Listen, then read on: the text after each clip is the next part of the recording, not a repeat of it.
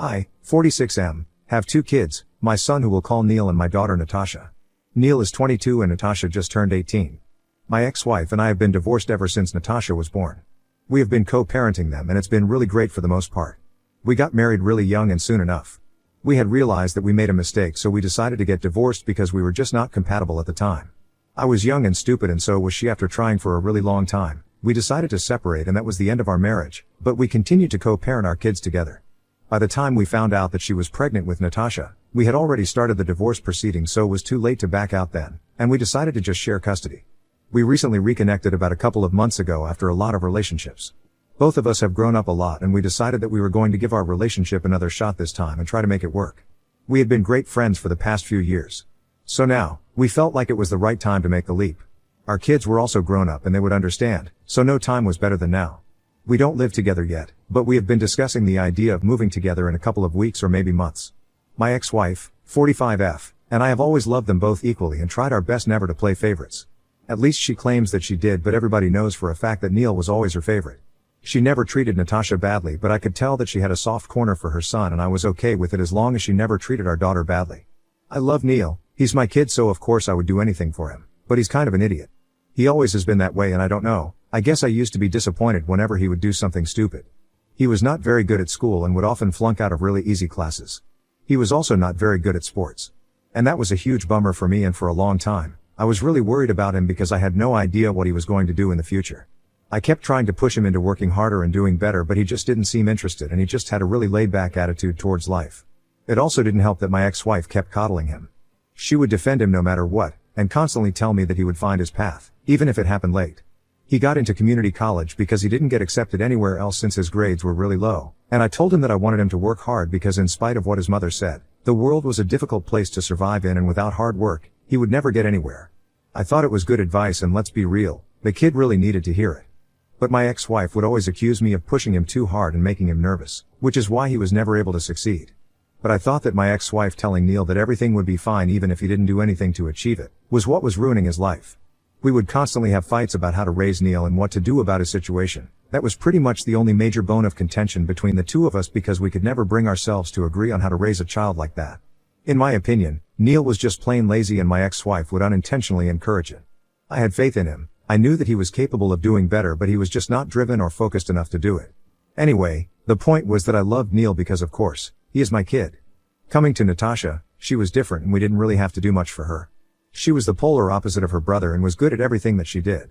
She wasn't a genius or anything of the sort, but she was kind of a jack of all trades. She never gave us the run around as Neil did, and needless to say, parenting Natasha was much easier than being a parent to Neil. She got accepted into her school of choice recently, and we were all really happy for her. At the same time, we were kind of upset for Neil because he was recently just laid off. A couple of months ago, my ex-wife had spoken to a friend of hers and managed to get a job for Neil in her business. He was supposed to work in HR since he was good with people and it seemed like a relatively straightforward and easy task. He was doing great, but unfortunately, he had to be let go because my ex-wife's friend's business wasn't going too great and they were struggling to stay afloat financially. So they had to let go of a lot of employees and Neil happened to be one of them. It was a huge letdown for me personally because from what I had heard, Neil was doing great, and I believed that he finally had a shot at having a good future. But now I was back to worrying about him because he was unemployed and I didn't know what he was going to do. We received the news just a few weeks ago and my ex-wife insisted that I ask him to come back home and live with us so he could save money on rent and other expenses. I thought that it was kind of unnecessary because Neil was a fully grown adult and he hadn't said that he wanted to come back home, so I didn't understand why my ex-wife wanted to insist that I ask him to return. Getting hired and getting fired was all a part of life and he had to learn to get back on his feet after being let down. Once again, my ex-wife was trying to make things easier for him, but eventually, it would just prove to be difficult for him in the long run. I knew for a fact that if I allowed Neil to come back home, he would have absolutely no drive to start looking for another job because he would know that he had us to fall back on. I don't mean to sound like a bad father, but like I said, he's not very ambitious and if the kid has an easy way out of something then he will take that way out instead of working hard and doing the right thing. I argued with my ex-wife for a really long time about this, and I put up a good fight, but she told me that as parents, our duty was to protect him from the world because it was harsh enough as it is. He didn't need to be taught a lesson by us as well, we just needed to be there for him and teach him that he could count on us. And I couldn't argue with that logic, it was pretty spot on. She said that she would have offered to let him live in her apartment, but her lease would be over in a couple of weeks and we had been planning that she would be moving in with me anyway. It would be kind of pointless for him to move in with her just for a few weeks. So I ended up contacting Neil a little after we had received the news of him being laid off. I asked him to come back home so that he could save on rent, and he readily agreed, a little too happily if I may say so. Anyway, when he moved back, I told him very clearly that this was going to be a temporary arrangement until he was back on his feet, and had been able to find a new job. I was very clear about my conditions and said that I was not going to allow my fully grown-up son to live with us for the rest of his life. That was just not going to happen, and he had to be prepared for it. So if he was thinking about making this a permanent arrangement, he could just forget about it. I had already spoken about this with my ex-wife, and even though she wasn't on board with it, she realized that it was important for him to be self-reliant and independent. So she agreed to let me tell him that, and Neil said that he was fine with it. I told him that he could live with us, but he would have to continue applying for jobs, and as soon as he got his first paycheck, he would have to start looking for a new apartment. He agreed to all of that, and I was very relieved because I thought that I could bring him back on track. But unfortunately, what happened in the end was exactly what I had feared would happen.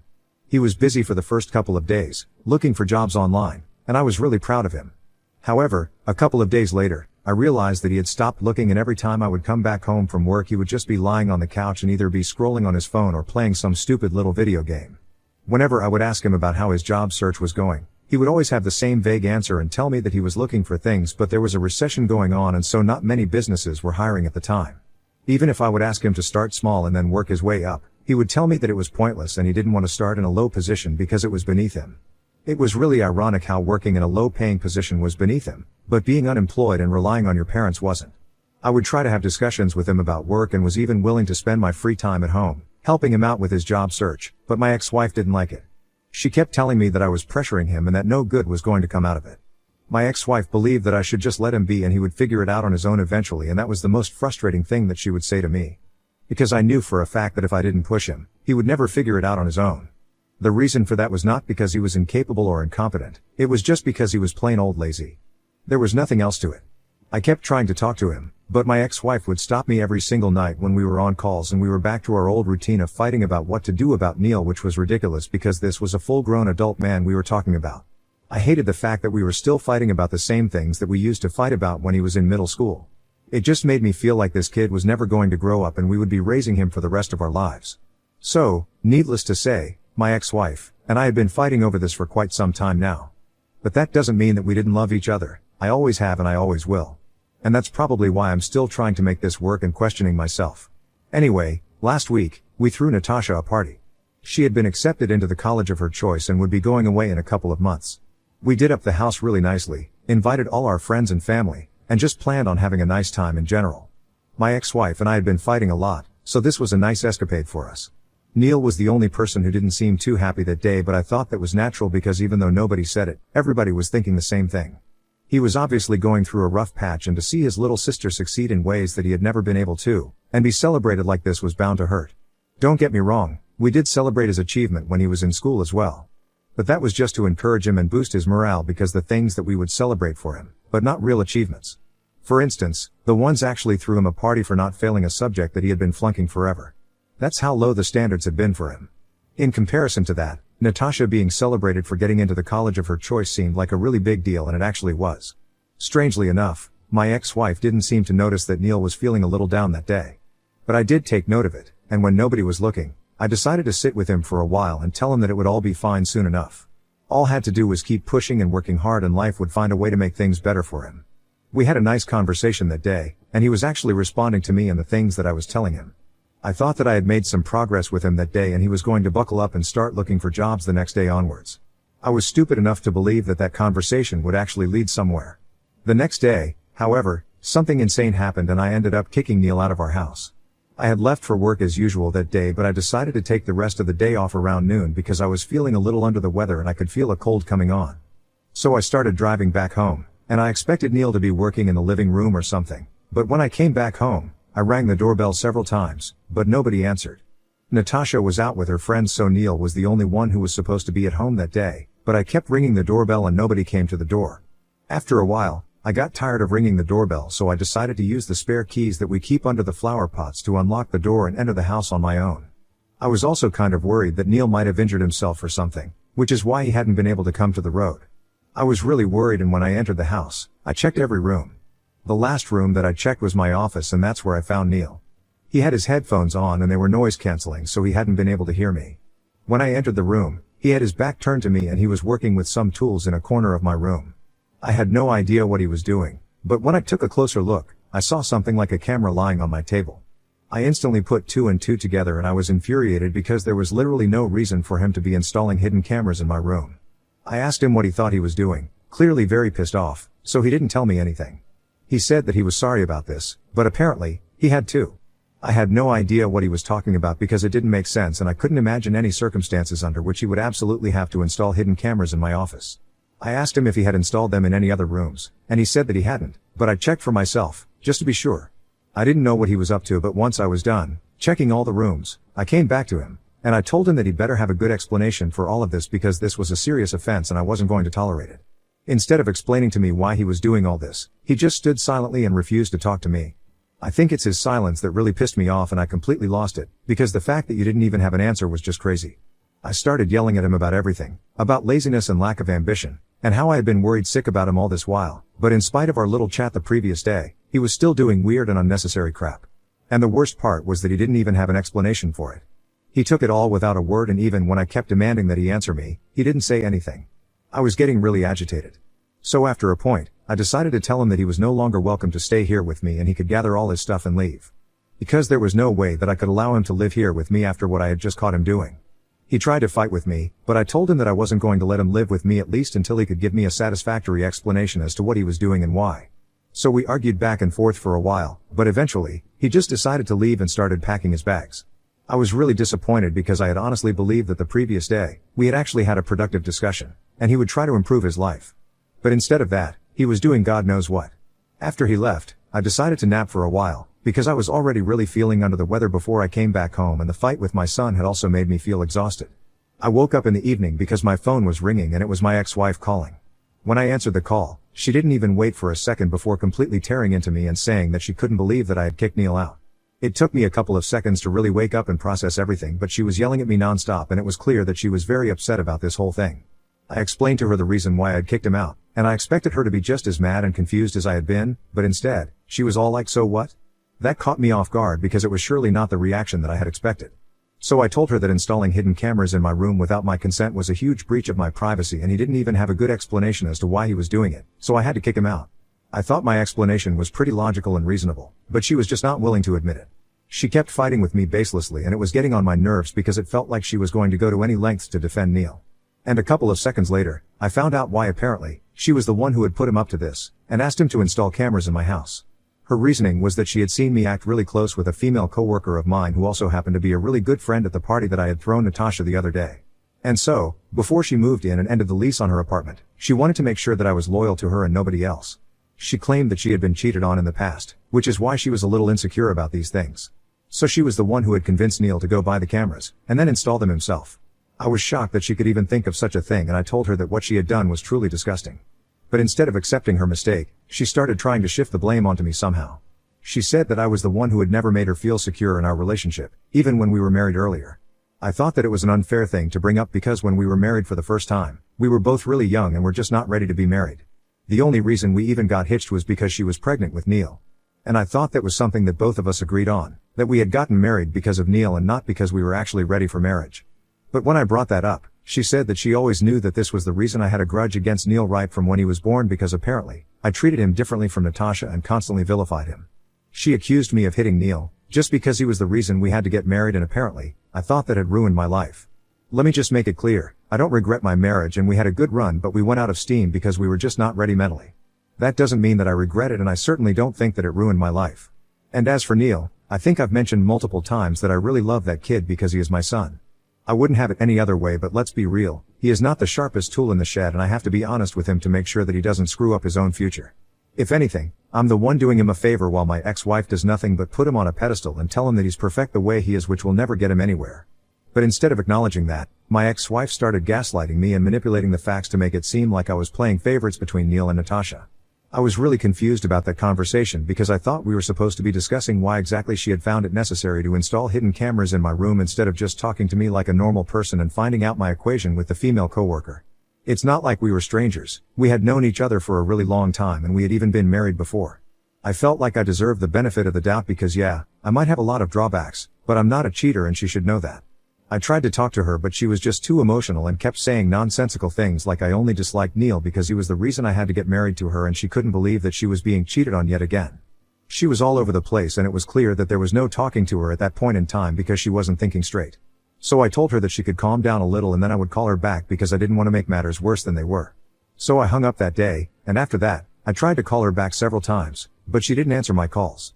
When Natasha came back home, I told her everything except for the part where my ex-wife had said that she was afraid that I had been cheating on her because I didn't think it was appropriate to tell my 18-year-old daughter.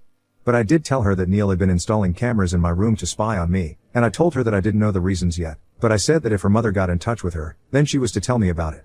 She seemed to understand that there was something going on here that I wasn't telling her and she respected that and didn't ask further questions. But unfortunately, my ex-wife has not gotten in touch with either my daughter or me. I really want things to go back to normal but I don't want to apologize for anything because I think I reacted perfectly normally. Anybody in my position would have done the same thing, considering the fact that Neil wasn't even telling me the reason why he had been installing cameras in my room. I understand now that it was to protect his mother, but even then, I think my reaction was completely reasonable and it shouldn't be held against me. I also don't know how to feel about my ex-wife accusing me of playing favorites between Neil and Natasha because I don't look at it that way. I think I have been more than fair to both of them. I don't understand why she wants to make me the villain here, but I feel bad about everything. I also want to make things work with her because she's probably the only person that I've actually ever loved and I don't want to let it go. I'm just really confused and I have no idea what to do about this. A couple of days have passed, and I'm still having really conflicted feelings about everything. Ida for kicking my son out of the house when I found him installing hidden cameras in my room. Update 1. So, I know most of you advised me to break up with my ex-wife and end the relationship for good, but I couldn't bring myself to do that. I'm sorry but I really love her and I don't think I can just let it go. I paid her to visit a couple of days ago and decided to speak to her in person because she hadn't been answering any of my calls or responding to my texts. That is the only option that I have left now. Thankfully, Neil wasn't at home at the time because apparently, he had a job interview. But my ex-wife was at home and even though she was quite hesitant and awkward, she did let me in and we had a discussion about everything. She told me that her boyfriend had been cheating on her with one of her friends, and that it really left a mark. So when she saw me laughing it up, and having a great time with my coworker at the party, her brain went into overdrive, and the next thing, she was asking Neil to help her spy on me. She confessed that maybe she was not recovering from her last breakup as well as she had thought she was. So we decided to put our relationship on hold for a while so she could go back to therapy and try to work on her feelings. I don't know how long it's going to take for her to get back to normal, but I'm ready to wait. She also apologized to me for everything that she said the other day and we hugged and made up. It was quite emotional but necessary and I'm glad that I talked to her. We have agreed that we are not breaking up but we're just taking a little break. And when she feels better, we're just going to pick up right where we left off. I also waited for Neil to come home that day and I reconciled with him as well. I told him that I was proud of him and that I loved him, even if I didn't say it enough, and always seemed to be pushing him to do better. So that was that. I don't know what's going to happen now, but I'm hoping that it's all for the best. Update 2. Hi. So a couple of months have passed since the last update and Neil finally has a job in his own apartment again. I couldn't be happier for the kid, honestly. Natasha has also left for college and it seems to me like both of them are doing great now. My ex-wife and I are still on a break but I'm doing a lot better emotionally now. Even if we don't get back together, I think I'll be okay with it. But we're going to try to stay on good terms because we want to be actively involved in our kids' lives since we recently met at Neil's housewarming party and also dropped Natasha off at college together. So it's necessary for us to be on good terms for their sake. Update 3. Hey, so you guys must have forgotten about me and I wouldn't even blame you guys for it because it's almost been 3 years since I last posted here. I know I had definitely forgotten about this thread but I'm back now with just one tiny little update. A couple of weeks ago, my ex-wife and I got remarried and I think it was the best decision of my life. Our kids were there, they were happy and so were we. That's all that a man needs. She has been through therapy and is doing much better now, so we reconciled about a year ago, and after living together for almost a year, we decided to get married again and have a small and intimate ceremony among our closest friends and family.